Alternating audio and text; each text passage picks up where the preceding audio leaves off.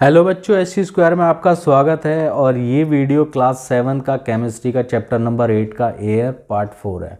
इससे पहले मैंने आपको पार्ट 3 पढ़ाया है ना। तो पार्ट 4 समझने के लिए आप पार्ट 1, पार्ट 2, पार्ट 3 ज़रूर देखें। इसका लिंक मैं डिस्क्रिप्शन में दे दूंगा, ठीक है, तो आप वहाँ से देख सकते हैं। साथ ही साथ अगर आपको हमारा वीडियो पसंद आता है तो बेल आइकन को भी प्रेस कर लें, जिससे कि जितने भी सारे नोटिफिकेशन आपको टाइम टू टाइम मिलते रहें। जो भी हम लोग चीज़ें आपको प्रोवाइड कराएंगे वो आपको नोटिफिकेशन में मिलता रहे, फ़िल्टर करने की आवश्यकता नहीं पड़ेगी, ठीक है। चलिए चलते हैं पार्ट 4 की तरफ। हमारा टॉपिक है टेस्ट फॉर द ऑक्सीजन, यानी कि ऑक्सीजन का परीक्षण करेंगे, प्रयोग करेंगे, जानेंगे कि कैसे है ये, है ना। तो insert A glowing splinter into A conical flask containing manganese dioxide and hydrogen peroxide, है ना। तो आपको क्या करना है, एक हमारा जो ना इंसर्ट करना है ग्लोइंग स्प्लिंटर। एक बहुत ही चमकदार चीज़ होती है जिसको हम, एक कॉनिकल फ्लास्क है जिसकी गर्दन ऊपर से पतली नीचे से चौड़ी होती है, मैं आपको दिखा दूंगा वीडियो में।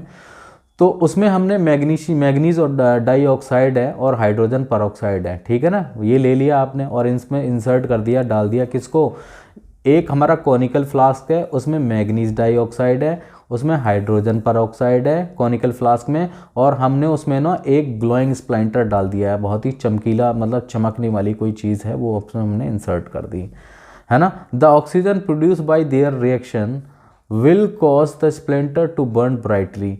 तो जो हमारी जो ऑक्सीजन जो प्रोड्यूस हो गई ना, है ना, इस रिएक्शन में, तो उसकी वजह से क्या होगा, जो हमारा जो स्प्लिंटर होगा ना, टू बर्न ब्राइटली, ये बहुत ही चमकदार तरीके से जलना शुरू करेगा, जलना शुरू कर देगा।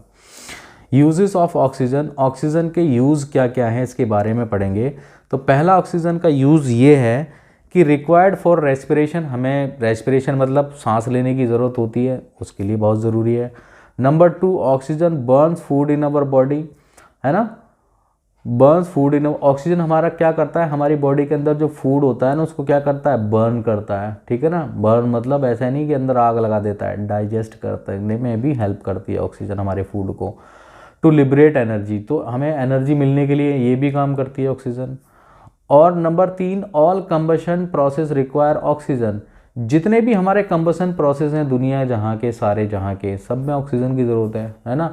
कहने का मतलब, आप कहीं पे भी आग लगाओ, इंडिया में लगाओ, पाकिस्तान में लगाओ, की जगह लगाओ, किसी भी जगह पे लगाओ, तो वहाँ पे क्या होगा, है ना, किसी भी सब्सटेंसेस को चाहे इंडिया में जलाओ या पाकिस्तान में जलाओ, यूएसए में बैठ के जलाओ, देश के किसी भी कोने में बैठ के सब्सटेंसेस को जलाओगे तो आपको क्या है, ऑक्सीजन की तो ज़रूरत पड़ेगी। तो वही वो कह रहा है कि, है ना, all combustion process require oxygen, जितनी भी जलने वाली जो चीज़ें हैं सब में ऑक्सीजन की ज़रूरत होगी, है ना, कहीं पे भी आप कंबशन करो, एग्जाम्पल के तौर पे।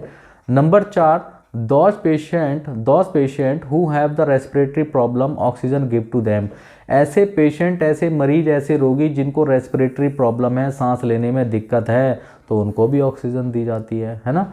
Respiration problems due to, respiration problem किसकी वजह से हो सकती है, हार्ट अटैक आ जाए, अस्थमा है, निमोनिया है, स्मोक है ना, हैलिटेशन ईटीसी, इस तरह की जो दिक्कतें होती है ना, उसकी वजह से हमारा रेस्पिरेटरी सिस्टम ख़राब हो जाता है। रेस्पिरेशन सिस्टम ख़राब हो जाता है तो हम सांस लेने में हमें दिक्कत होती है, इसीलिए हम ऑक्सीजन का यूज़ करते हैं, ठीक है। नंबर 5, जो हमारे जो सी डाइवर्स हैं, जो समुद्री जो तैराक हैं, डाइवर हैं, जो नीचे जाना चाहते हैं समुद्र में, जो आप लोगों ने देखा होगा, है ना, वो भी हम क्या लेके जाते हैं, mixture of oxygen and helium for respiration. तो नीचे अंदर पानी में, समुद्र में जब वो घूमते रहते हैं हमारे डाइवर्स, सी डाइवर्स, तो वो भी साथ में ऑक्सीजन और हीलियम लेके जाते हैं रेस्पिरेशन के लिए, ठीक है ना। तो if they carried air instead of oxygen and helium, अगर वो नीचे सांस लेने के लिए, रेस्पिरेशन के लिए क्या लेके जाते हैं, ऑक्सीजन और हीलियम लेके जाते हैं। अगर एक बार ये सोचो, अगर वो ऑक्सीजन और हीलियम को ना लेके जाएं तो देखो तब क्या होगा। If they carried air instead of oxygen and helium, अगर वो ऑक्सीजन और हीलियम की जगह सिर्फ एयर लेके चले जाएं तो क्या होगा, the nitrogen present it would have dissolve in their blood under the high pressure in the depth of the sea. तो जो हमारा जो एयर के अंदर जो नाइट्रोजन होती है ना, वो उनके शरीर के अंदर घुल जाएगी, डिजॉल्व हो जाएगी, ठीक है ना, हाई प्रेशर पर घुल जाएगी। समुद्र की निचली गहरी सतह पे जब वो जाएंगे तो वो नाइट्रोजन जो है उनके शरीर में, उनके, है ना, हाई प्रेशर पर घुल जाएगी, उनके खून में घुल जाएगी, ठीक है। When the divers return to the surface, और जब हमारा डाइवर्स जो ना वापस सरफेस पर आएगा, ऊपर आएगा, तब क्या होगा, the nitrogen would have come out of solution. तो जो हमारी जो नाइट्रोजन है वो हमारी बाहर निकल आएगी सॉल्यूशन से, जिसकी वजह से हमारे बबल्स बनने लगेंगे, और बबल्स जो है इतना नुकसान कर देंगे बॉडी को कि वो बोन्स में, मसल्स में, ब्रेन्स में कहीं पे भी इफेक्ट कर सकते हैं। इसकी वजह से आपको दर्द हो सकता है, आप पैरालाइज हो सकते हैं, और मौत भी हो सकती है, इवन डेथ भी हो सकती है। इतना ज़्यादा खतरनाक है। तो भैया नीचे जाना है समुद्र में नीचे घूमने के लिए तो क्या यूज़ करेंगे, ऑक्सीजन और हीलियम का। पूछ लेगा एमसीक्यू क्वेश्चन में, एयर क्यों नहीं ले जा सकते या क्यों ले जाते हैं ऑक्सीजन और हीलियम, तो बता देंगे आप। क्लियर है ना। चलिए चलते हैं नेक्स्ट टॉपिक की ओर।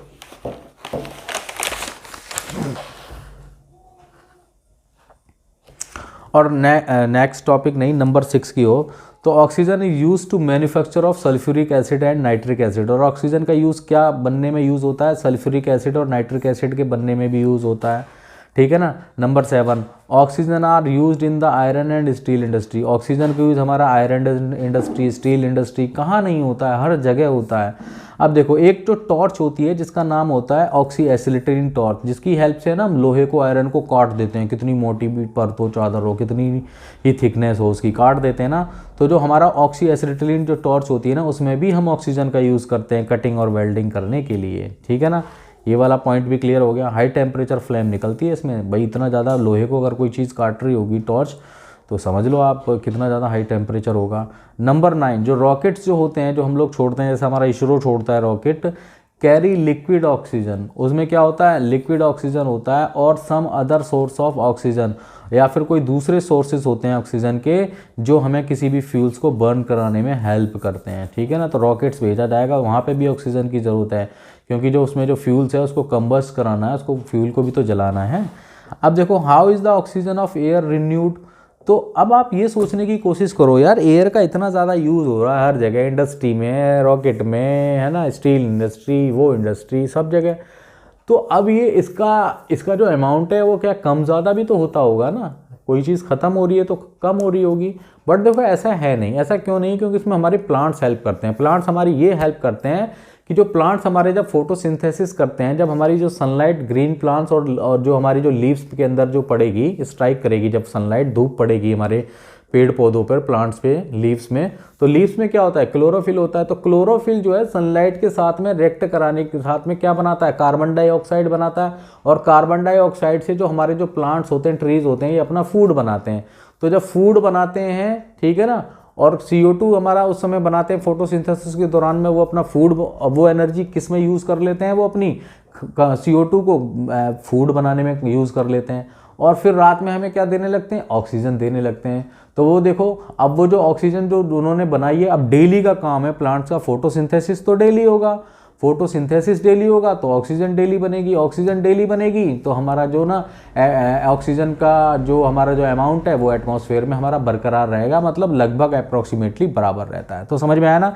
ये वो टॉपिक था जो मैंने आपको समझा दिया। ठीक है ना। तो फोटोसिंथेसिस कैसा है, तो अगर आप लोगों को नोट डाउन भी करना हुआ करेगा तो मैं थोड़ा सा ना आपके सामने ये वीडियो को रख दिया करूँगा इस तरीके से, और अपने हाथों को हटा लिया करूँगा, तो आप उसको पुश करके नोट डाउन भी कर सकते हैं, पुश करके पढ़ भी सकते हैं। ठीक है ना।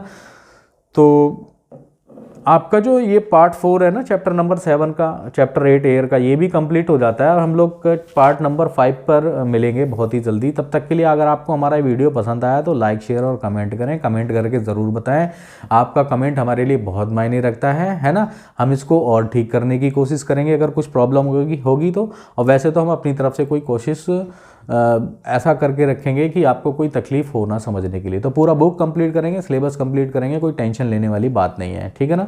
तो फिर से मैं बता दूं, हमारे YouTube चैनल का नाम है SC स्क्वायर। आप इसको सब्सक्राइब करें, लाइक करें, शेयर करें दोस्तों के साथ में, और कमेंट करके ज़रूर बताएं। ठीक है ना, कि आपको वीडियो कैसा लगा। साथ ही साथ ना बेल आइकन को भी प्रेस कर लिया करो यार, घंटी को प्रेस कर लोगे ना तो जो भी नोटिफिकेशन है आपको टाइम टू टाइम मिलते रहेंगे। ठीक है, कहीं ढूंढने की ज़रूरत नहीं पड़ेगी, फिल्टर करने की ज़रूरत नहीं पड़ेगी। So thank you very much for watching SC square.